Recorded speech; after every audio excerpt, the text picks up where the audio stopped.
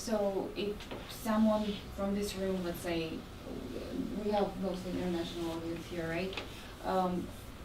Wants to produce a story that's not really American story. Do you think that would have a chance to maybe, take advantage of some of the money that's available in the U.S.? Yeah, for sure. I mean, the U.S. The more active film money in the U.S. is not only focused on U.S. projects. Maybe it's the opposite, because if they're paying attention to these sort of bigger, changes in the marketplace, they should be thinking internationally. And so going back to your list, by the way, so you have your people, so script synopsis, people involved, track records. If you have resumes on people, obviously good. Budget, schedule, kind of and then the commercial side. How do you demonstrate to somebody what you think the revenue potential is? Because remember, they're interested in how you're spending the money, but they're more interested in how you're going to get it back. So, sales agent is a great example. Soft monies is a very good example, because that actually, investors get that.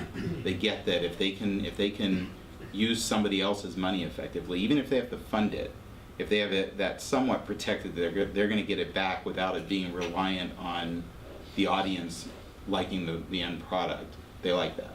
So, but then sales agent, and then if you can do pre-sales, if you can get a bank interested, phenomenal.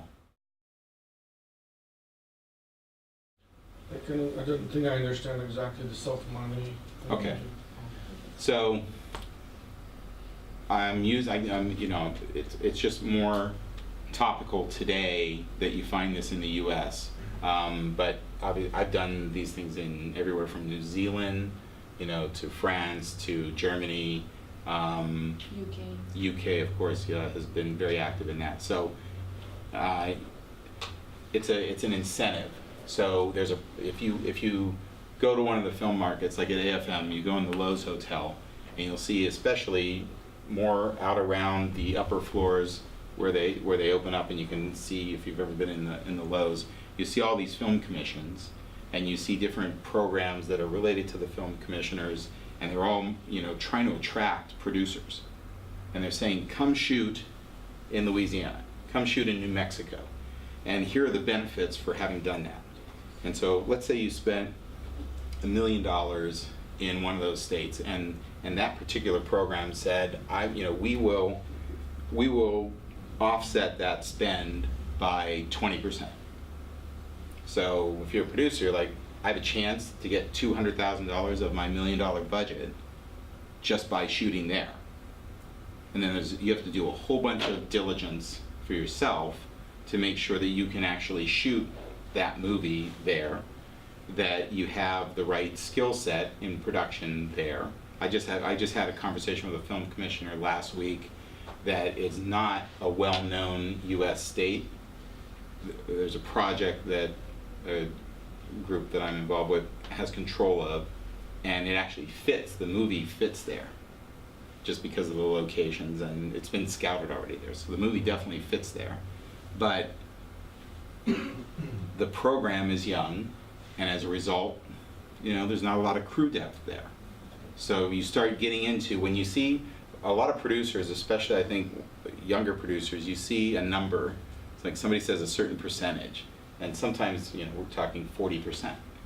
That's very enticing, right? And it's probably worth exploring. But you'd be surprised where you start to give that back almost immediately, because you realize, I've got to bring in a number of my keys from someplace else, because the local talent pool isn't there. So there's a lot of that kind of stuff. And then there's also, when the devil's always in the details, right?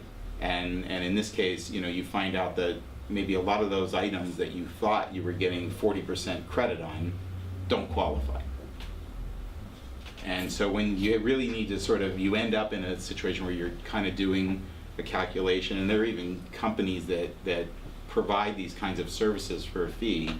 They evaluate your budget in that place. And I just went through this in this state, and we did pretty well on the state benefit, but there was also another little regional benefit. So like, let's say within a state, I think Louisiana may have this, within a state, you have certain areas that are deemed to be, you know, areas of distressed economy or places they want to develop even more.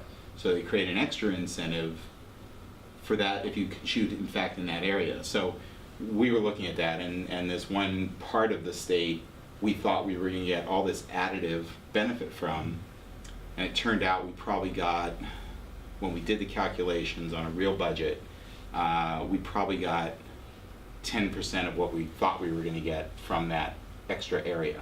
So it, you know, then it starts to change how you're looking at that. And then, you know, internationally, you also have to be wary of what the requirements are for producers. Like it used to be in Canada, you had real restrictions. If you were going to get the best benefits out of Canada, you often needed to partner with a Canadian producer. So when you get in that world, it's really about trust and relationships then, because people do a lot legally to try to, you know, make an agreement with a co-producer and then try to keep control. And if you're that producer, that's what you want to try to do. But there are a lot of scenarios where you can, you know, you can find that someone's really holding you hostage by being that co-producer. You know, so you have to be, there's a lot of variables moving around in that. But, and the last thing I'd say on soft monies is, so the simplest one is a rebate. If you're looking in the US, where it starts to get more complicated, the next category that you regularly see are called refundable tax credits. So you have a tax credit, but you file the entity's formed, the SPE gets formed in the state, which becomes important. It files its tax return, and it gets credit for the tax benefit that it should have received. So it's a savings. It takes a little while to play out. And the hardest one in the U.S. are what are called transferable tax credits, because those, unless the state, and a couple states do this, where they'll offer to buy the credit back. I think Louisiana, for example, they would buy the credit back from you at 90 cents on the dollar. If I'm a producer and I'm doing all this work, but I'm going to get this benefit, and the state will buy it back at I'm probably selling it every time, right away, because it's then pretty sure money, right? Yeah. If you have to rely on, in a particular state, there being taxpayers that have tax liabilities that make them interested in buying your tax credit, it becomes much more challenging. You have market risk, and you might have seasonal risk. You know, what's the tax filing date, you know, that those people have to pay their taxes by. So you'll have those credits become more valuable at certain times of the year to them. So that's a much harder world, and usually there are brokers involved in making those deals happen. And you also have to monetize ultimately whatever that benefit is. So very few of them actually fund it in real time when you need it for the production. So you typically have to solve it somehow. And like I said, sometimes the simplest way is that becomes a comfort factor to equity. It seems to me at the ultra low budget end, so at the very, very bottom end, some of those avenues that you outlined for financing don't really apply because there's not such an appetite. Yeah. And so you're pretty much limited to private equity or angels. Could be. And so I was wondering, is there a sort of a structured way of approaching them in the manner of a film market, but you know, for accredited investors that are looking to invest in that kind of thing, or are you pretty much limited to your network and just trying to find people out of the blue? I mean, that's probably the most straightforward answer is, you know, what's your network? But there are people, I mean, I don't particularly find this working all the time, but in places like LA, there are loads of people that call themselves finders of capital. That comes at a cost.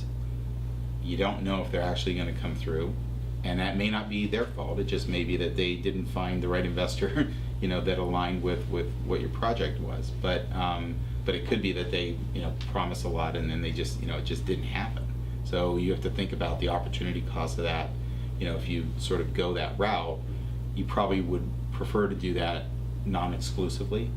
And would that be for an upfront fee or is it? Oh, is it that, a no, final? No, success fee. Okay, so it's You don't do it's don't do an like a upfront finder's fee. but- Yeah. Okay. Yeah, I mean, the more, I guess on the other end of the spectrum, if you had somebody that had a huge pedigree behind them that said they could do that, you know, that might be the one time where it still wouldn't be all upfront. You'd make most of their compensation dependent on success, but maybe they're just gonna say, look, to take on a small project like this, I need a modest amount of you know, fee as part of my compensation, but you wanna back weight that as much as you can every time. But I mean, you make a good point. I mean, what we're talking about here, you know, can scale from $1 million to $200 million. At really small budgets, it is going to be harder. But that's the trade-off of that is if you look at areas like, you know, the digital platforms, there are different opportunities that, you know, maybe that's, you know, a lot of those barriers have been at least lowered, if not knocked down. But look, it's hard. I mean, it's not easy, but you're not out of the running for an angel investor in that scenario, though. Even just because the project's small, make that part of your argument. This is a very modest risk. You know, you open yourself up potentially to a wider pool of prospects for capital because it doesn't cost as much. So. But would you guys look at very small budget movies like that? Like one of the funds that I'm involved with? Well, I'm just like saying, typically any fund. They all have kind of different places that they prefer to be. Mhm. I mean, I have an interest in one that probably, for budget, we wouldn't look at much below $5 million as a budget. And, you know, part of that is just sort of the small ones are generally harder, to be quite honest. I mean, you guys all know that. I mean, just because it's small, you have different obstacles that you have as well that go with that. You know, the guys that are making the $100 million movies, there's a lot of it that's a lot easier at that level once they're able to get it, you know, blessed at that level. But the small ones are as hard and usually harder, and that's where the mentality comes in from the capital sometimes. Is they say, well, is that really efficient? Because if I have to spend, as an example, lawyers, the great example, view that as a transaction cost. And as simple as you think it is, on a small budget, you're gonna have a lot of the same complexities, and the lawyers aren't charging less. Well, sometimes they do. Sometimes they'll be sort of entrepreneurial with you, but a lot of times, you know, it's their time. You know, the meter's running, and it's a cost that's looking disproportionate to your budget size. So, and then capital sometimes looks at it the same way and says, well, you know, it's going to cost us $30,000 or $50,000 as capital to do this deal. Why wouldn't we, you know, focus our efforts on something where there's more room to absorb that?